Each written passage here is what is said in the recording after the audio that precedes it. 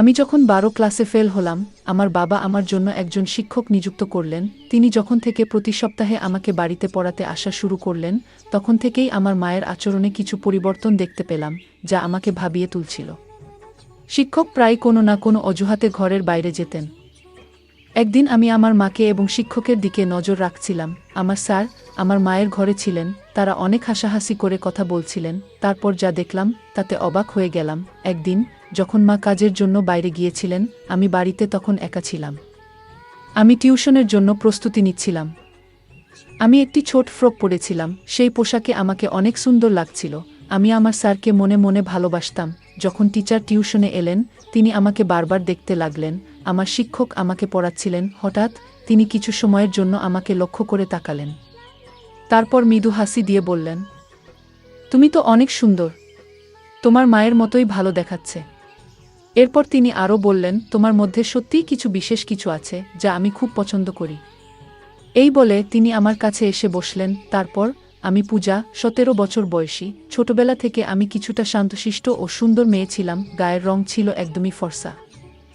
আমার জীবনে এমন কিছু ঘটে যাবে আমি কখনো ভাবিনি, কারণ আমাকে টিউশন পড়াতে আসা স্যারের প্রেমে পড়ে যাই। কিন্তু সেই স্যার আমাকে আর মার সাথে এমন কিছু করে, যা আমরা কখনো ভাবতেও পারিনি। বন্ধুরা, আজকের গল্পটা অনেক বেশি স্পেশাল। আশা করছি তোমাদের ভালো লাগবে। গল্পগুলো ভালো লাগলে ভিডিওটি লাইক, শেয়ার এবং চ্যানেলটি সাবস্ক্রাইব করো। সাধারণত আমি কলেজে যাওয়ার কথা ছিল, কিন্তু ১২ ক্লাসের গণিতের কারণে আমার পরীক্ষার ফলাফল খারাপ হয়েছিল।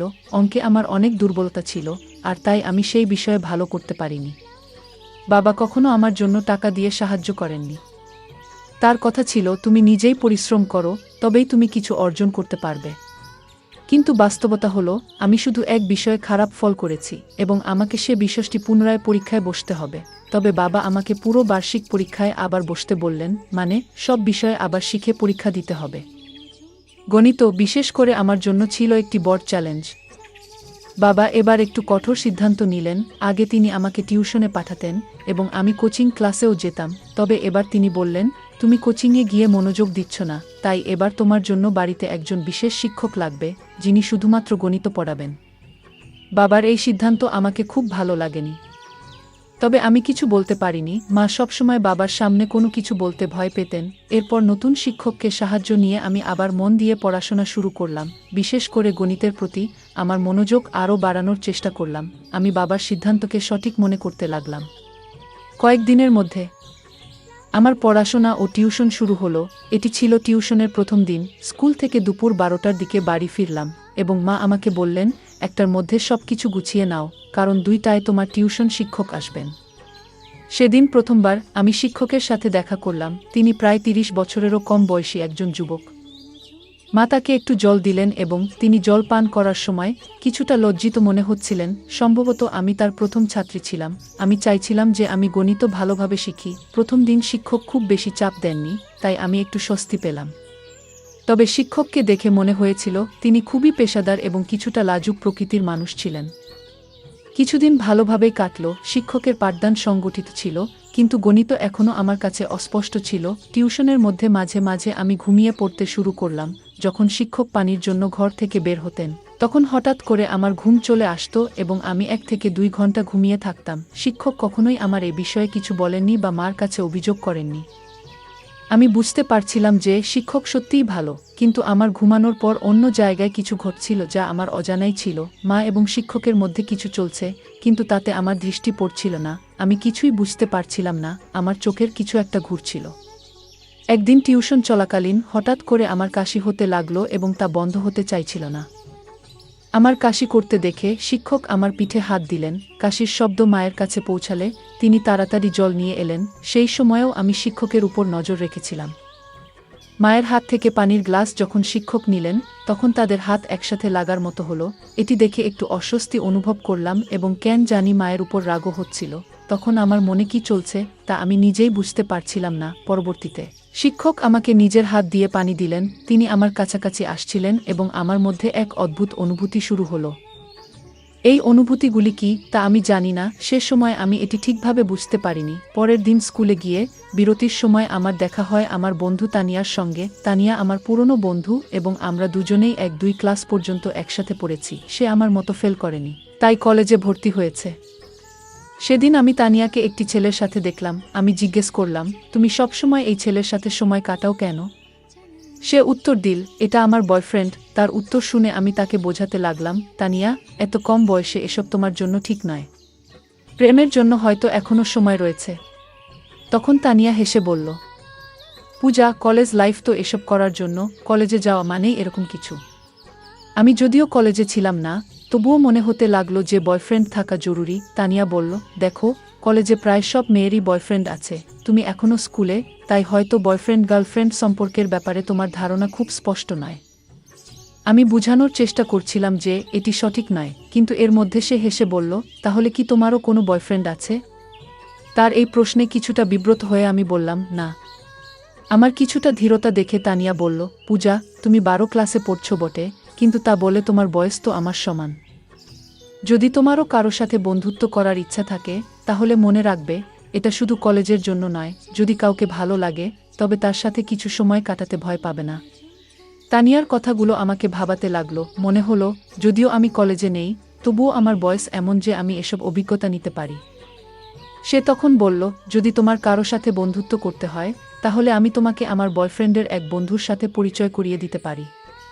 আমি সঙ্গে সঙ্গে জানিয়ে দিলাম, না, আমি তাতে প্রস্তুত নই। কারণ আমার বয়সের ছেলেদের প্রতি আমার বিশেষ আগ্রহ ছিল না। গত কিছুদিন ধরে আমার নজর কেবল আমার টিউশন টিচারের প্রতি ছিল।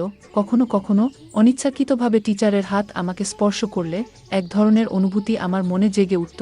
তানিয়ার সাথে কথা বলে আমি বুঝতে পারলাম, যখন কাউকে ভালোবাসা হয়, তখন এ ধরনের অনুভূতি হতে পারে। এখন আমি বুঝতে পারলাম যে আমার টিচার আমাকে ভালো লাগছে, আর তাদের বয়সের বিষয়টি আমার কাছে অপ্রধান হয়ে পড়ে। আমি সিদ্ধান্ত নিয়েছিলাম, শীঘ্রই আমি আমার অনুভূতি আমার টিচারের সাথে শেয়ার করব। আমি নিশ্চিত ছিলাম যে সে আমার প্রস্তাব নাকচ করবেন না, কারণ আমার সৌন্দর্য বিশেষভাবে আকর্ষণীয়। সেদিন যখন আমি স্কুল থেকে বাড়ি ফিরলাম, মায়ের কিছু বলার আগেই আমি টিউশনে যাওয়ার জন্য প্রস্তুত হয়ে গেলাম। আমাকে তাড়াতাড়ি প্রস্তুত দেখে মা আমাকে প্রশংসা করে বললেন, আজ তো তুমি দারুণ প্রস্তুতি নিয়ে এসেছ। মা জানতেন না আমি কেন এত তাড়াহুড়ো করেছিলাম। কিছুক্ষণ পরে টিচার যখন আমার বাড়িতে এলেন, আমি শুধু তার দিকে তাকিয়েছিলাম।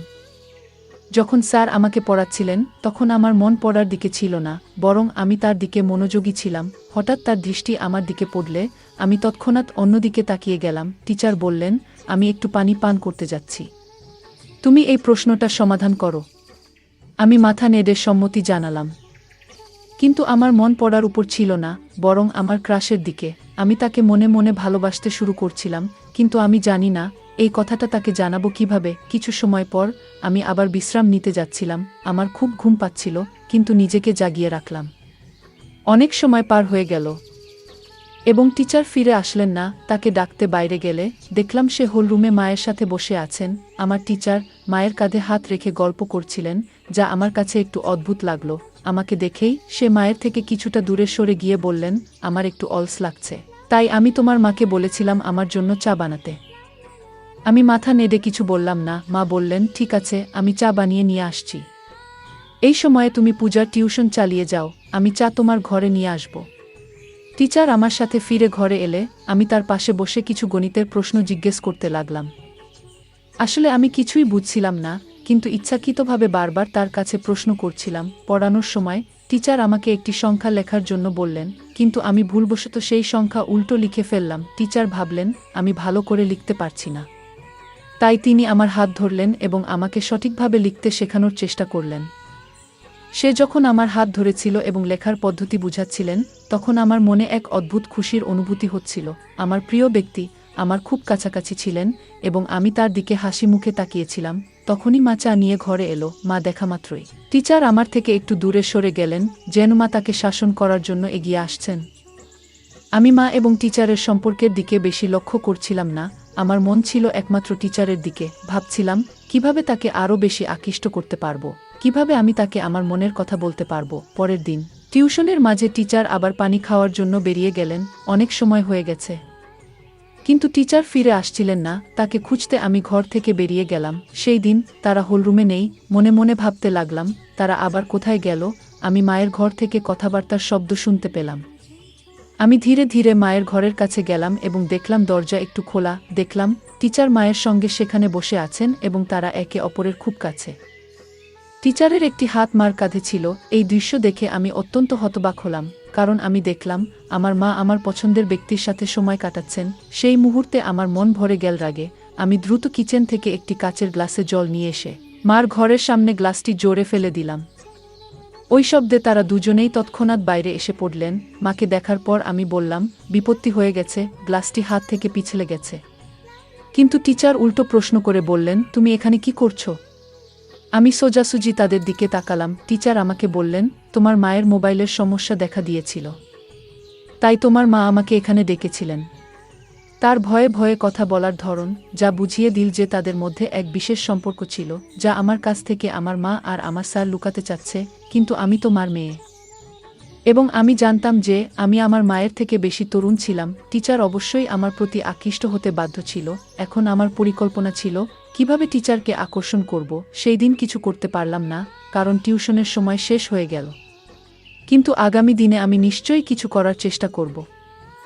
একদিন যখন আমি টিউশনের জন্য প্রস্তুতি নিচ্ছিলাম, আমি একটি ছোট ফ্রক পরেছিলাম। সেই পোশাকে আমাকে অনেক সুন্দর লাগছিল, আর আমি একটু হালকা করে সেজেছিলাম।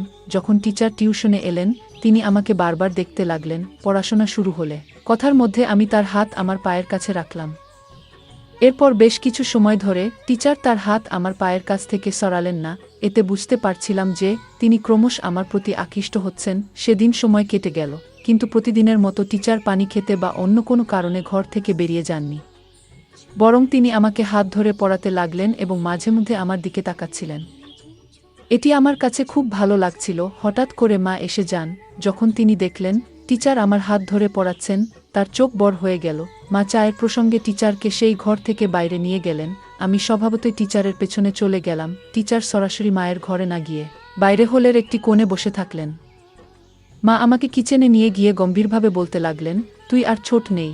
এইভাবে অচেনা মানুষের সামনে ছোট পোশাকে ঘুরে বেড়াতে তোর কিছু মনে হয় না? তিনি বললেন, এটি আমার প্রথম এবং শেষ সতর্কতা। মার গম্ভীর মুখের দিকে তাকিয়ে আমার মনে হলো তিনি সত্যিই চিন্তিত। আমি চেষ্টা করছিলাম যে তিনি সতী সাবিত্রী যেভাবে থাকেন, কিন্তু তার বিয়ে হয়ে গেলেও তিনি একজন যুবকের সাথে সময় কাটাচ্ছেন। আমি তখন এমন পোশাক পরেছিলাম যা মায়ের কাছে অশালীন লেগেছিল। যখন আমি কিছু বলতে যাচ্ছিলাম, ঠিক তখনই বাইরে থেকে বাবা ডাকলেন। সেদিন বাবা আগে বাড়ি এসেছিলেন। বাবার ডাক শোনার পর মা এক গ্লাস জল নিয়ে বাইরে চলে গেলেন। সেদিন রাতের ঘটনাগুলি আর কেউ জানত না। ঘুমানোর আগে আমি মায়ের কাছে ক্ষমা চাইলাম এবং বললাম, মা, আমি ভবিষ্যতে স্যারের সামনে এমন কিছু করব না। পরের দিন টিউশনের সময় আসার আগে মা বাজারে যাওয়ার জন্য বেরিয়ে গেলেন। আমি রাতের ক্ষমা চাওয়ার মাধ্যমে মায়ের বিশ্বাস অর্জন করতে চেয়েছিলাম যে আমি আর স্যারের সামনে এমন আচরণ করব না। সাধারণত রবিবারে বাজার হয় এবং মা সবসময় বাজারে যেতেন। আমি ভাবলাম, যদি মা আমার এবং স্যারের মধ্যে কিছু সন্দেহ করেন, তবে তিনি বাজারে যাবেন না। তাই আমি আগে থেকেই তাকে সঠিকভাবে বোঝানোর চেষ্টা করলাম, যাতে তার মনে এর সন্দেহ দূর হয় এবং যেন বাজারে চলে যান। মা বাজারে চলে যাওয়ার পর আমি এবং স্যার বাড়িতে একা ছিলাম। তখন অচিরেই টিচার আমার হাত ধরে আমাকে গণিত পড়াতে শুরু করলেন। তিনি বললেন, আমি জানি তুমি ইচ্ছা করে গণিতে ভুল লিখছিলে, যাতে আমি তোমার হাত ধরতে পারি। তার কথা শুনে আমি হাসতে লাগলাম। তারপর তিনি বললেন, পূজা, তুমি খুব সুন্দর। কি তোমার ধারণা আমি তোমার দিকে নজর দিইনি? তিনি বললেন, আমি তোমাকে একটা কথা বলতে চাই। তুমি তোমার বয়সের তুলনায় অনেক বেশি সুন্দর। এটি সেই সময় যখন প্রেমের কথা বলার জন্য প্রস্তুত হওয়া উচিত। তবে তুমি কেন নিজেকে আটকে রেখেছ? স্যারের কথাগুলো শুনে আমি হাসি চাপতে পারলাম না, কারণ যেটা আমি চাইছিলাম সেটাই তার মুখ থেকে বেরিয়ে এলো। স্যার বললেন, আমি তোমার প্রতি ভালোবাসা অনুভব করি। তিনি আমাকে আলতো করে হাত ধরলেন। আমি জিজ্ঞেস করলাম, স্যার, কি সত্যিই আপনি আমার প্রতি প্রেম অনুভব করেন? আমিও আপনাকে ভালোবাসি, কিন্তু একটা প্রশ্ন আছে। আপনি কেন প্রতিদিন কোনো না কোনো বাহানা তৈরি করে মায়ের ঘরে যান? আপনাদের মধ্যে কি কোনো সম্পর্ক আছে?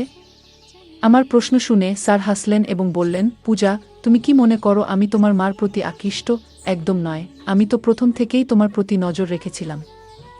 আমি দেখতে পেয়েছিলাম যে তুমি আমাকে ভালোবাসো কিনা, কিন্তু তোমার মায়ের কারণে আমি আমাদের সম্পর্কটি গোপন রাখতে চেয়েছিলাম যাতে তিনি সন্দেহ না করেন। আমি ভয় পেয়েছিলাম যে যদি আমি তোমার সামনে আমার অনুভূতি প্রকাশ করি তাহলে তুমি বিপর্যস্ত হয়ে যাবে। এ কারণে কিছু বলিনি। পরে ধীরে ধীরে তিনি আমার কাছে আসতে শুরু করেন এবং আমাদের মধ্যে প্রেমের সম্পর্ক গড়ে উঠতে থাকে। হঠাৎ করে আমার ঘরের দরজা জোরে খুলে যায় এবং সেখানে মা চলে আসেন। তাকে দেখে আমি একটু অবাক হলাম, কিন্তু একই সঙ্গে জানতাম যে আমি কোনো ভুল করছি না, আমি শুধু একজন বন্ধুর সাথে সময় কাটাচ্ছি।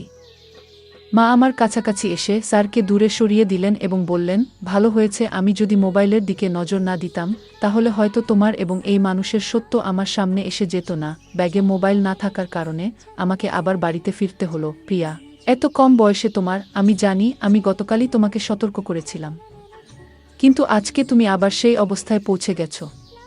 স্যার মার সামনে আমাকে ভুল প্রমাণিত করার চেষ্টা করছেন। স্যার মাকে বললেন, বেশ কিছুদিন ধরে তোমার মেয়ে বেশ কিছু অদ্ভুত কাজ করছে। আজকে সে নিজেই আমার সঙ্গে এই বিষয়গুলো নিয়ে আলোচনা করতে এসেছে। মাকে বলতে দেখার পর আমি বাধা দিলাম এবং বললাম, মা, এই লোকটির কথায় বিশ্বাস করো না। আমি তোমার শপিং ব্যাগ থেকে তোমার মোবাইল বের করেছিলাম যাতে তুমি অর্ধেক পথে ফিরে এসে সত্যটা জানতে পারো। এটি আমি ইচ্ছাকৃতভাবে করেছি যাতে তুমি বুঝতে পারো এই ব্যক্তির আসল চেহারা কি। আমি বললাম, এই টিউশন শিক্ষক আমাদের বাড়ির 2 মহিলার সঙ্গে এক ধরনের অসৎ ব্যবহার করছে। তুমি তার প্রেমে পড়তে পারো, কিন্তু আমি না। আমি কয়েকবার তোমাদের দুজনকে একসঙ্গে দেখেছি, তাই আমি এইসব ঘটনাকে সাজিয়েছি যাতে তোমার কাছে এই লোকটির সত্যি মুখোশ খুলে দিতে পারি। যখন স্যার পড়াতে আসেন ঠিক তখন আমি মায়ের মোবাইলে ভিডিও রেকর্ডিং শুরু করে দিই এবং সেটি ঘরের এক কোণে রাখি। যে কোনো কিছু তিনি মায়ের সম্পর্কে বলতেন সবকিছু সেই মোবাইলে রেকর্ড হয়ে গিয়েছিল। যখন মা সেই ভিডিওটি দেখলেন তিনি বুঝতে পারলেন যে স্যার তাদের সঙ্গে প্রতারণা করছেন। মা সেই নালায়েককে পুলিশে দেওয়ার হুমকি দিলে তিনি সেখান থেকে পালিয়ে গেলেন। এরপর মা বললেন, পূজা, আমি অনেক ভুল করেছি, আমি জানি, কিন্তু আমি কি করব? তোমার বাবা আমাকে তেমন সময় দেন না। যেদিন তোমার টিউশন শিক্ষক বাড়িতে এসেছিল সেদিন থেকেই তার সাথে আমার কথা বলা শুরু হয়। তখন আমি মনে করেছিলাম সে আমার মন বুঝতে শুরু করেছে। তার মিষ্টি কথায় আমি এমনভাবে আবদ্ধ হয়ে পড়েছিলাম যে তার স্বার্থপর প্রেমকে আমি সত্যিকারের মনে করতে শুরু করেছিলাম। আমি তো এতটাই তার প্রেমে মজেছিলাম যে তোমার কথা পর্যন্ত ভুলে গিয়েছিলাম। মা আরও বললেন, আমি সেই নালায়েকের সাথে বিয়ে করার কথা ভাবছিলাম, কিন্তু জানতাম না যে তার তোমার প্রতি এমনই ভিন্ন দৃষ্টি রয়েছে। সে আমার সাথে প্রেমের নাটক করে, কিন্তু তোমার সাথেও সময় কাটানোর চেষ্টা করছিল, এটি আমি বুঝতে পারিনি। তোমার বাবা সব কিছু করেন, যখন আমি যা কিছু চাই তা দেন, কিন্তু শুধু অর্থ দিয়ে একটি সম্পর্ক চলে না, ভালোবাসা ও মত বিনিময় প্রয়োজন। কিন্তু আমাদের মধ্যে তো এসব কিছুই ছিল না। এই কারণে যখন আমাকে অন্য একজনের কাছ থেকে একটু ভালোবাসা পেলাম আমি তাতেই তা ভাসিয়ে দিলাম। আমি সত্যি খুব বড় একটি ভুল করেছি মা। যে ভুল বুঝতে পেরেছিলেন আমিও স্যারের প্রেমে পাগল হয়ে পড়ছিলাম, কারণ আমার বন্ধুরা তানিয়া আমাকে নেতিবাচক বিষয়গুলো সম্পর্কে ভালোভাবে শিক্ষা দিয়েছিল। তানিয়া আমাকে প্রেমের প্রকৃতি সম্পর্কে জানিয়েছিল। কিছুদিন পর সে আমাকে তার ব্রেকআপের গল্প শুনিয়েছিল, যেখানে তার আগের প্রেমিক মিষ্টি কথাবার্তার মাধ্যমে তার কাছে নেতিবাচক আচরণ করেছে এবং পরে সমস্ত সম্পর্ক ছিন্ন করে ফেলে। যে মেয়ে আমাকে প্রেমের অর্থ বোঝালো সেই মেয়ে আমাকে প্রেম এবং প্রতারণার মধ্যে পার্থক্য বোঝাতে সাহায্য করেছিল। তানিয়া যা জানিয়েছিল তা শুনে আমি সতর্ক হয়ে উঠলাম এবং এই কারণে আমি মা এবং নিজেকে ওই নালাজ টিউটরের নজর থেকে রক্ষা করতে পারলাম। ওই ঘটনায় মা আমার সঙ্গে প্রতিজ্ঞা করেছিলেন যে তিনি আর কাউকেই তার অনুভূতি শেয়ার করবেন না। আমিও ঠিক করেছি যে আমি কাউকে অপ্রয়োজনীয় বিষয়গুলোতে জড়িয়ে পড়ব না। আমি মনোযোগ দিয়ে পড়াশোনা করব এবং বাবার স্বপ্ন পূরণ করব। প্রিয় বন্ধুরা, এটা মনে রাখা জরুরি যে জীবনের একজন সঙ্গীর ভালোবাসা কেবল অর্থের উপর নির্ভর করে না। সময়মতো সঙ্গীকে সময় দেওয়া এবং তাদের অনুভূতিগুলো বোঝা জীবনের একটি মৌলিক প্রয়োজন।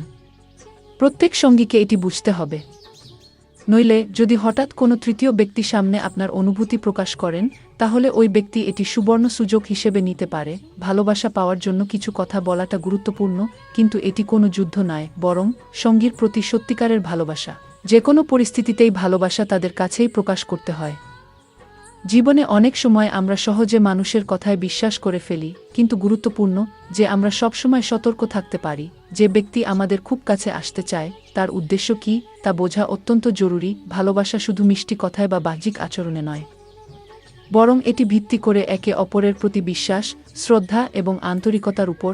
ভালোবাসা কখনো প্রতারণার মতো হতে পারে না, আর সম্পর্কের মধ্যে সৎ ও খোলামেলা থাকা উচিত। যে কোনো পরিস্থিতিতেই নিজের সম্মান এবং আত্মমর্যাদা রক্ষা করা অত্যন্ত গুরুত্বপূর্ণ।